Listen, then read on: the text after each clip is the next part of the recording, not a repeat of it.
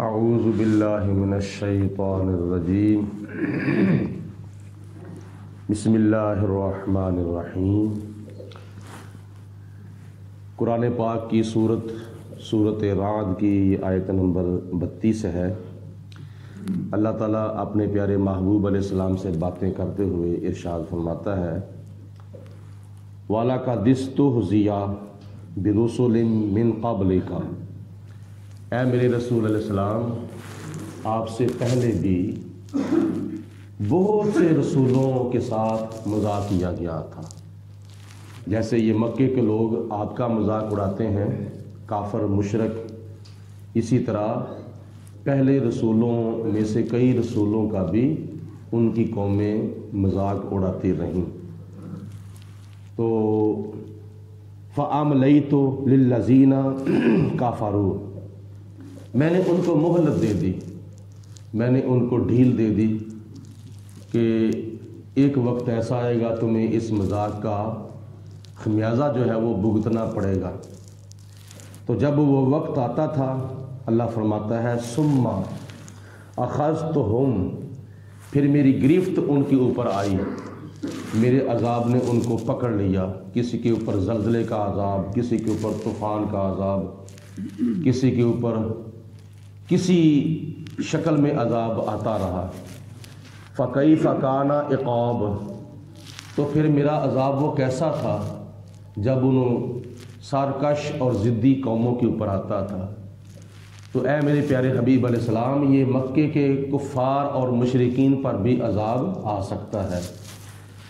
أَفَمَنْ هُوَ قَائِمٌ عَلَى كُلِّ نَفْسٍ بِمَا كَسَبَتْ، اے میرے پیارے رسول علیہ السلام، ان کافروں کو یہ پیغام پہنچا دو کہ وہ ذات خدا کی جو ہر وقت ہر جان کی نگرانی کر رہی ہے ان کے کاموں کی۔ ان کافر اگر کفر کرتا ہے، مشرک اگر شرک کرتا ہے، اور مسلمان اگر نیک اعمال کرتا ہے، تو جتنے بھی انسان میں نے پیدا کیے ہیں، میں ہر انسان کی نگرانی کر رہا ہوں اور ہر وقت کر رہا ہوں۔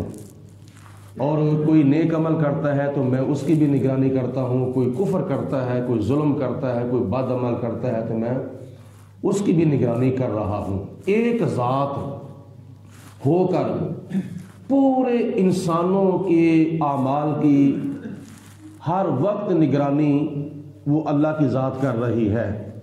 تو اللہ کے فرمانے کا مقصد یہ ہے کہ ان سے پوچھو کہ تمہارے بتوں میں سے بھی کوئی تمہارے اعمال کی نگرانی کرتا ہے۔ آج کل تو ایک بندہ کھڑا ہو اور دو اس کے ساتھ باتیں کر رہے ہوں تو وہ کہتا ہے بھائی بات یہ ہے کہ مجھے پہلے ایک کی سن لینے دو، تم دونوں مجھے اپنی باتیں اکٹھے سنا رہے ہو، نہ مجھے اس کی سمجھ آتی ہے نہ مجھے اس کی سمجھ آتی ہے، مجھے پہلے ایک کی بات سننے دو پھر میں دوسرے کی سنتا ہوں۔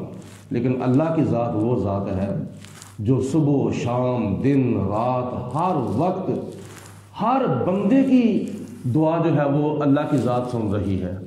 جامع مسجد قمر الاسلام کے اندر نمازی بیک وقت اللہ کی بارگاہ میں دعا کر رہے ہیں، اور دوسری مساجد کے اندر بھی دعا کر رہے ہیں۔ ہماری مسلمان مائیں بہنیں بیٹیاں اپنے اپنے گھروں میں نماز پڑھتی ہیں اور اللہ پاک کی بارگاہ میں دعا کرتی ہیں۔ وقت ایک ہے، لیکن مشرق سے لے کر مغرب تک، شمال سے لے کر جنوب تک ایک وقت میں لاکھوں نہیں، کروڑوں نہیں، اربوں مسلمان جو ہیں وہ ایک وقت میں اللہ کی بارگاہ میں دعا کرتے ہیں، اور خدا کی ذات جو ہے وہ سب کی دعا سنتی بھی ہے، سمجھتی بھی ہے، اور پھر کئیوں کی دعا قبول بھی فرماتی ہے۔ قبولیت کا ظہور اگرچہ بعد میں کسی وقت ہوتا ہے، لیکن یہ اللہ کی ذات بابرکات کی قوت سماعت ہے۔ تو اللہ فرماتا ہے کہ میرے محبوب ان کافروں سے کہو کہ تمہارے بت بھی کیا نام ہے ہر وقت ہر بندے کے اعمال کی نگرانی کرتے ہیں؟ جواب کوئی نہیں۔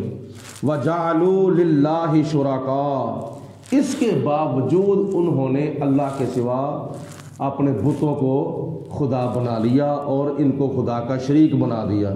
قل، اے میرے رسول آپ ان کو فرماؤ، سموہم، ان کو ایک مرتبہ بلاؤ تو صحیح، ان کا نام تو لو. ام تنبئونہ بما لا یعلم فی الارض، کیا تم اللہ کو اس چیز کا علم بتاتے ہو، اس چیز کے بارے میں بتاتے ہو جس کو وہ زمین کے اندر جانتا ہی نہیں ہے.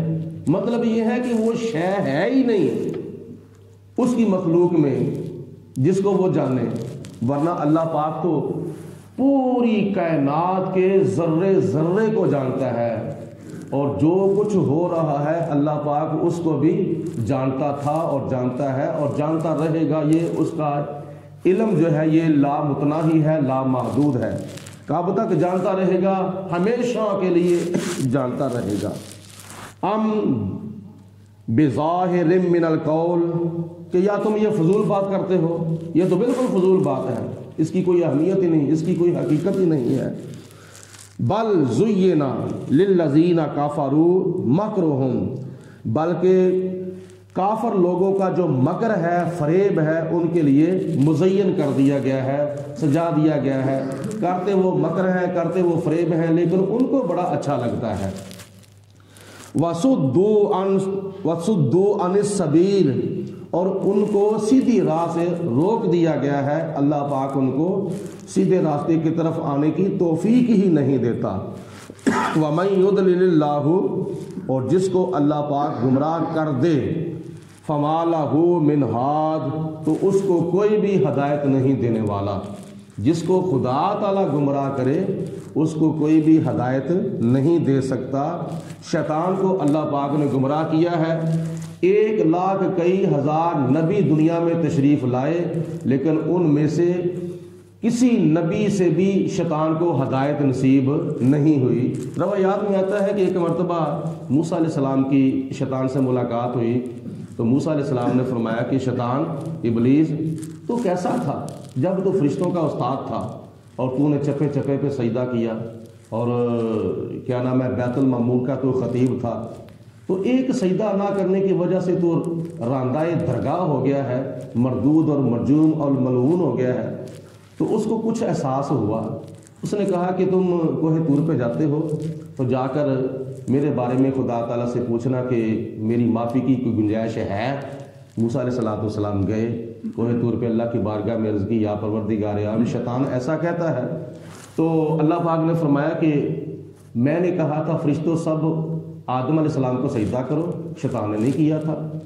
اگر وہ معافی مانگنا چاہتا ہے تو میں نے اگرچہ کسی بھی شریعت میں آدم علیہ السلام سے لے کر آخری نبی تک کسی بھی شریعت میں قبر کو سجدہ کرنے کی اجازت اور حکم نہیں دیا اور نہ ہی دوں گا قیامت تک، لیکن شیطان کے لیے یہ بات خاص ہے کہ اگر وہ معافی چاہتا ہے تو شیطان نے آدم علیہ السلام کو اس کی حیاتی میں سجدہ نہیں کیا تھا، تو شیطان اگر تو معافی چاہتا ہے تو آدم علیہ السلام کی قبر کو سجدہ کر لے تو تجھے معافی مل جائے گی. یہ تعظیمی سجدہ، ادب کا سجدہ تھا.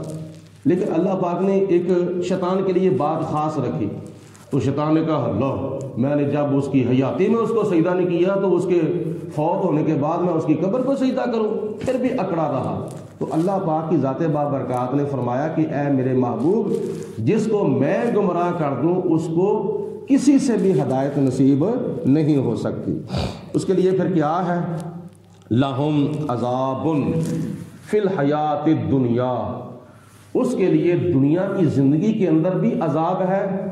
والا عذاب الآخرۃ اشق، اور آخرت کا جو عذاب ہے وہ دنیا کے عذاب سے بھی کئی درجے سخت اور بڑا زبردست عذاب ہے. وما لہم من اللہ من واق، اور اللہ کے مقابلے میں کوئی بھی اس کو بچانے والا نہیں ہے، نہ دنیا کے اندر نہ آخرت کے اندر. مسلمانوں کے لیے کیا ہے؟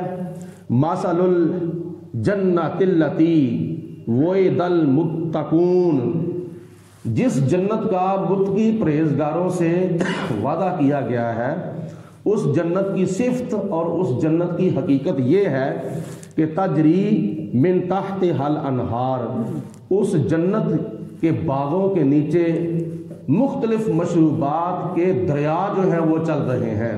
حوض کوثر کا دریا، شرابن طہورہ کا دریا، دودھ کا دریا، شہد کا دریا، مختلف ٹھنڈے اور خوشبودار چشمے جو ہیں وہ چل رہے ہیں۔ اکلوہا دائمن، اور اس کے جو پھل ہیں وہ ہمیشہ ہمیشہ رہنے والے ہیں، کبھی بھی وہ درخت مرجھائیں گے نہیں، بلکہ ہمیشہ کے لیے ان جنت کے درختوں کو پھل لگتا رہے گا۔